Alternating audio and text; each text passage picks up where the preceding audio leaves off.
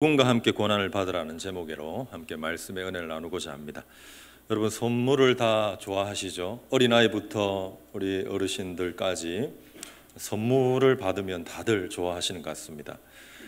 우리는 최고의 선물을 받은 자들인데 바로 하나님이 주신 선물, 위대한 복음을 받았습니다. 세상 어디에서도 이 선물을 받을 수 있는 곳은 없지요. 우리의 모든 죄를 다 용서받고 또 죄인에서 거룩한 하나님의 자녀로 신분이 변화되고 영생을 누릴 수 있도록 해주는 것은 세상 어디에서도 찾아볼 수가 없습니다. 하나님만 주시는 선물입니다.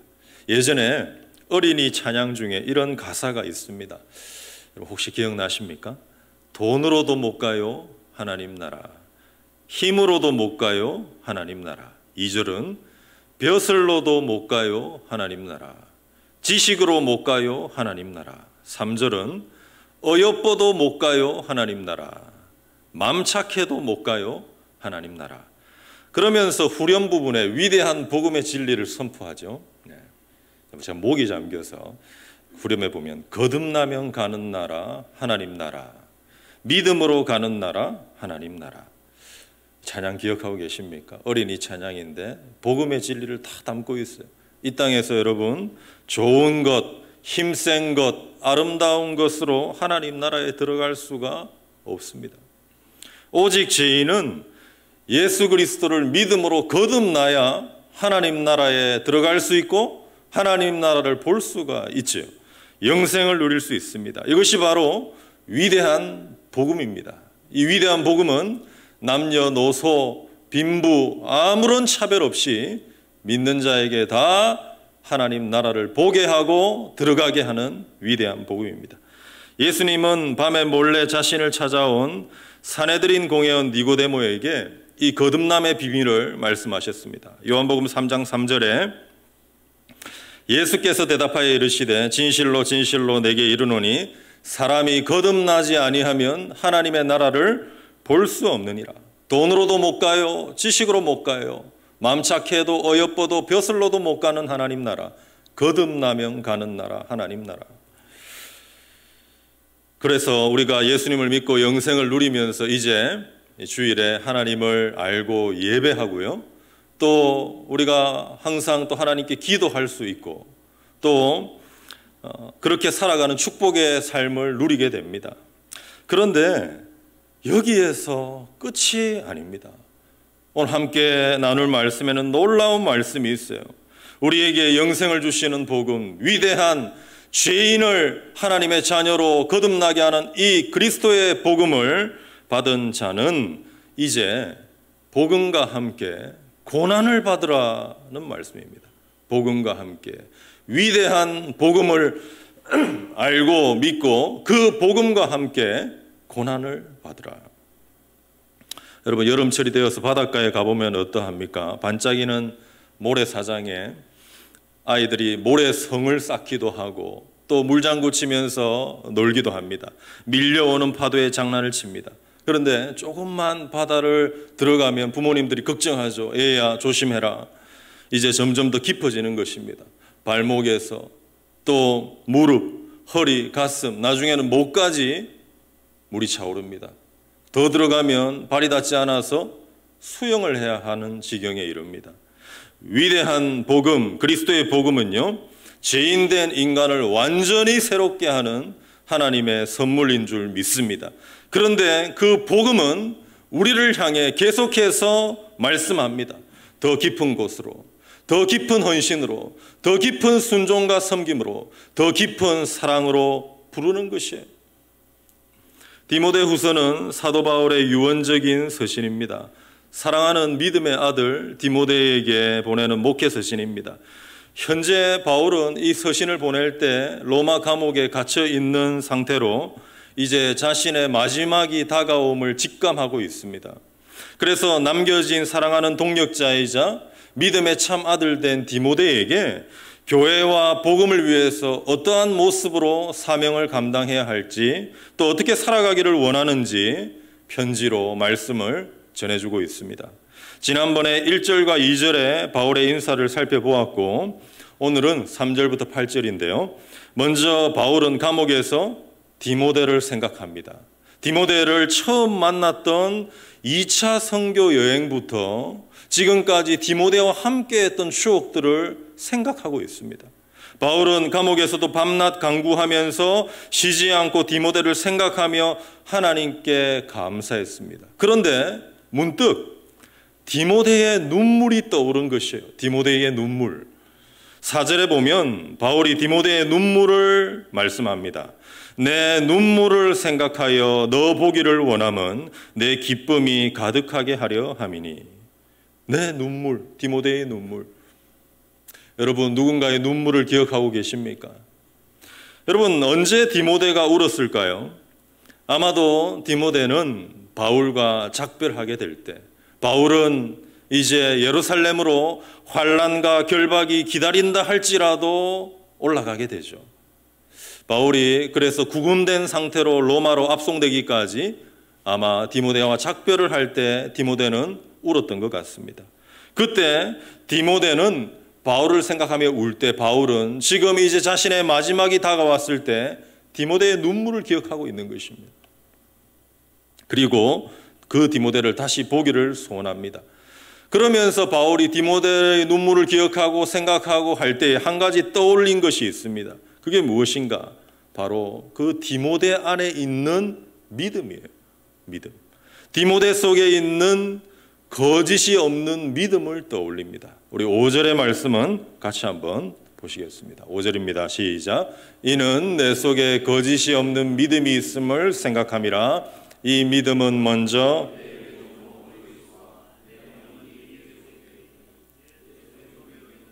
확신하노라. 여러분, 바울이 처음으로 디모데를 만났던 장소는 2차 선교 여행 때 루스드라라는 곳에서 만났습니다. 거기서 디모데를 처음 만났을 때 당시에 디모데의 어머니는 믿는 유대 여자라고 설명을 합니다. 사도행전 16장 1절을 보면 바울이 더베와 루스드라에도 이름에 거기 디모데라 하는 제자가 있으니 그 어머니는 믿는 유대 여자요 아버지는 헬라인이라. 바울은 지금 디모데 속에 있는 이 거짓 없는 믿음을 생각하면서 이 믿음은 외조모 로이스와 어머니 유니게 속에 있던 것이라고 말씀합니다. 성경학자들은요, 이 외조모 로이스와 어머니 유니게는 바울의 1차 선교 여행 때 회심을 하고 믿음을 가졌을 거라고 봅니다. 그런데 이 믿음은 어떠한 믿음이었습니까? 거짓이 없는 믿음. 아주 진실되고 순수한 믿음. 이 믿음이 외조모 어머니 디모데까지 전수가 된 것입니다. 사랑하는 성도님 여러분, 우리가 여기서 알 수 있는 것은 이 디모데의 신앙은요, 어머니와 외할머니의 진실되고 꾸밈없는 믿음에 영향을 받았고, 그리고 아름다운 신앙의 그 믿음의 유산을 고스란히 물려받았다는 사실입니다. 그래서 외할머니의 믿음과 어머니의 믿음과 디모데의 믿음이 아름답게 지금 이어지고 있어요. 세대를 넘어서 관통하고 있어요. 무엇이요? 거짓 없는 믿음이. 거짓 없는 믿음이 세대를 넘어서 연결되고 관통하고 있는 것입니다. 여러분, 우리의 신앙생활은 누군가에게 영향을 주고 받습니다. 가까운 가족에서부터 먼 이웃까지 반드시 영향을 줍니다.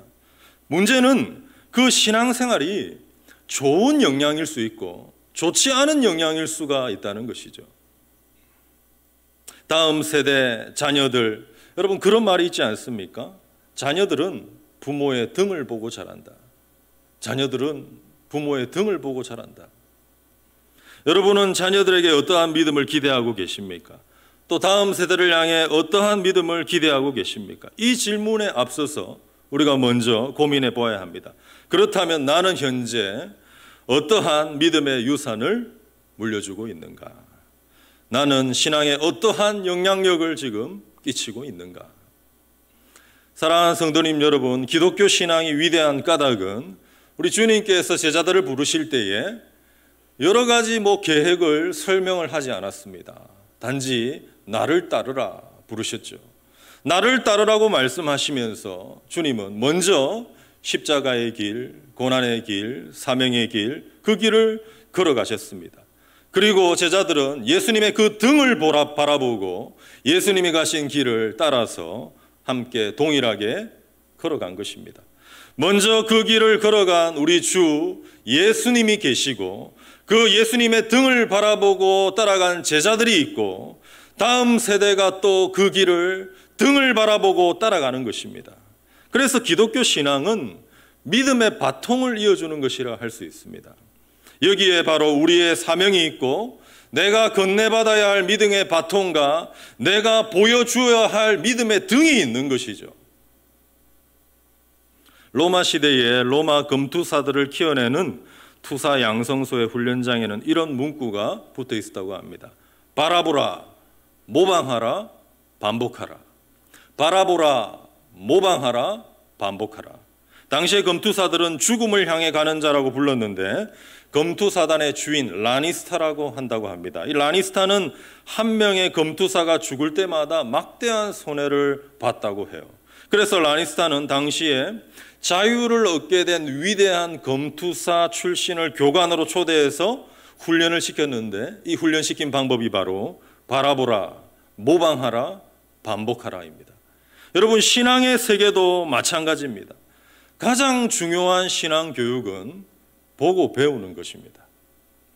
자녀가 무의식 가운데 부모의 등을 보고 배우듯이 마음과 목숨과 뜻과 힘을 다해 하나님을 사랑하고 교회를 섬기는 것을 보고 배웁니다. 새벽기도, 철야기도 나가는 부모님의 등을 보고 배웁니다. 예배를 소중히 여겨서 주일은 지키는 부모님의 등을 보고 배웁니다. 교회의 질서를 존중하는 것을 등을 보고 배웁니다. 힘들고 어려워도 웃으면서 봉사하고 섬기는 것을 보고 배웁니다.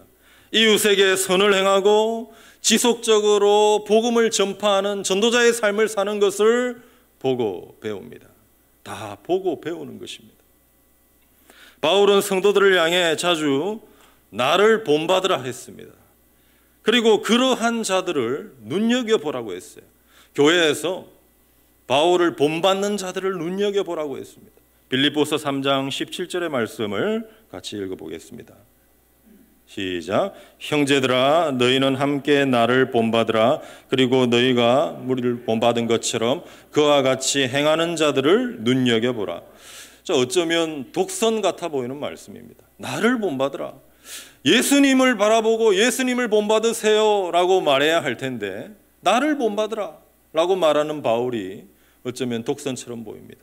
어떻게 나를 본받으라고 말할 수 있을까요? 그 이유는 바울이 먼저 그리스도의 십자가를 지고 가는 주님의 등을 바라보고 자신도 십자가를 지고 그 길을 걸어가고 있었기 때문입니다. 고린도전서 11장 1절에 말씀합니다. 내가 그리스도를 본받는 자가 된 것 같이 너희는 나를 본받는 자가 되라. 바울이 이렇게 말할 수 있었던 까닭은 자신이 먼저 그리스도와 같이 복음을 위해 고난과 죽음도 두려워하지 않고 십자가를 지고 일사각오의 정신으로 나아가고 있었기 때문에 그리스도를 본받는 나와 같이 너희는 나를 본받으라고 말할 수 있었던 것입니다. 사랑하는 여러분, 디모데에게 있었던 이 거짓이 없는 아주 진실되고 순수한 믿음이 저와 여러분에게도 있기를 예수님의 이름으로 축원합니다. 뿐만 아니라 내가 그리스도를 바라보고 내가 그리스도를 향해 나아가는 그 헌신과 믿음이 선한 영향력이 되어서 우리의 자녀들과 다음 세대, 교회와 이웃에게까지 선한 영향력이 되기를 주님의 이름으로 축원합니다. 자녀는 부모의 등을 보고 자랍니다. 우리의 등은요, 누군가의 거울이 되는 것입니다. 누군가 우리의 등을 보고 있습니다. 그리고 이제 바울은 디모데를 향해 위대한 초청의 말씀을 전합니다. 8절인데요. 8절 말씀 같이 한번 읽어보시겠습니다. 시작. 그러므로 너는 내가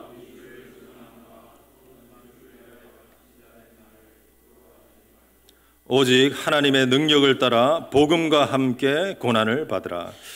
여러분, 당시에 이 바울 서신이 있죠. 바울이 쓴 편지들을 우리가 보면 디모데의 성향이 어떠했는지를 알 수가 있습니다.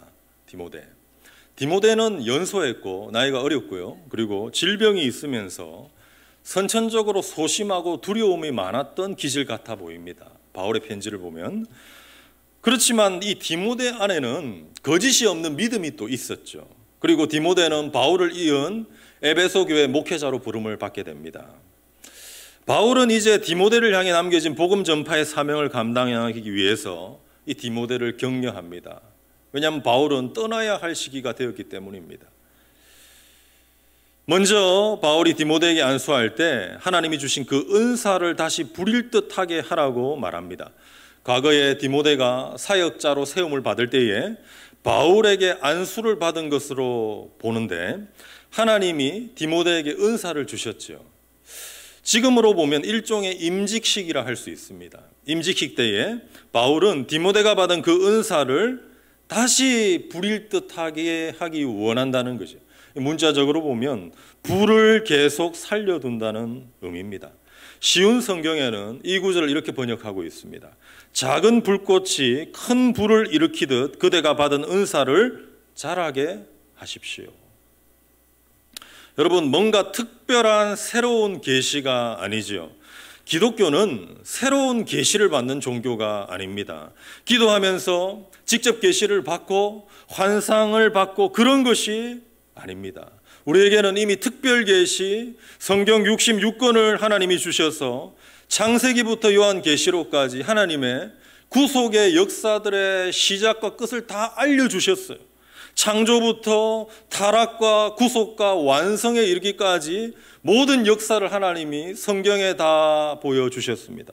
중요한 것은 이미 우리에게 베푸신 은혜와 또 우리 각자에게 주신 은사를 잘 깨닫고 훈련하고 개발하고 연마해서 우리 안에 있는 불꽃이 계속해서 살아나도록 해야 한다는 것이에요. 작은 불꽃이 큰 불을 일으킬 수 있도록 기도하고 훈련하면서 자신을 말씀 앞에 쳐서 복종시키는 것입니다. 새로운 계시가 아닙니다. 특별 직접 계시 환상이 아니라 우리 안에 이미 주어진 그 은혜, 은사를 개발하고 연마해서 다시 불이 일어나도록. 예수님의 제자라고 할 때 이 제자는 헬라어로 마데테스라는 단어입니다. 그런데 이 마데테스의 뜻은 배우는 사람, 훈련받는 사람이라는 뜻입니다. 그러니까 제자는요, 끊임없이 배우고 훈련받는 사람이에요. 끊임없이. 배움과 훈련이 멈추면 제자로서의 걸음도 멈추게 됩니다. 이것은 곧 우리가 하나님을 믿고 교회를 섬길 때에 하나님의 일을 어떻게 감당해야 하는가를 알려줍니다. 나의 힘과 나의 능력이 아니라 우리가 받은 은혜들을 기억하고 하나님 주신 은사를 계속해서 개발하고 훈련해서 오직 성령의 충만한 가운데 다시 불일 듯 일어나도록 하나님의 거룩한 성령의 불이 계속해서 역사할 수 있도록 그렇게 하나님을 섬기고 교회를 섬겨야 한다는 것입니다. 스가랴서 4장 6절 하반절의 말씀 같이 한번 보시겠습니다. 같이 봅니다. 시작. 만군의 여호와께서 말씀하시되 이는 힘으로 되지 아니하며 능력으로 되지 아니하고 오직 나의 영으로 되느니라. 오직 나의 영으로 되는, 오직 성령으로 되느니라. 이제 바울은 하나님이 우리에게 주신 것은 두려워하는 마음이 아니라 여기서 두려워하는 마음도 원어적으로는 소심함, 비겁한 마음이라 할 수 있습니다. 오직 능력과 사랑과 절제하는 마음이라고 하면서 디모데를 향해 주를 위하여 갇힌 나를 부끄러워하지 말고 오직 하나님의 능력을 따라 복음과 함께 고난을 받으라 말씀하고 있습니다. 고난을 받으라. 여러분, 우리가 이 대목에서 적지 않은 충격을 받게 되죠. 복음을 전하다가 복음을 위해 헌신해 감옥에 갇혀 이제 죽음을 앞둔 노 사도가 사랑하는 믿음의 참아들 디모데를 향해서 말씀을 전합니다.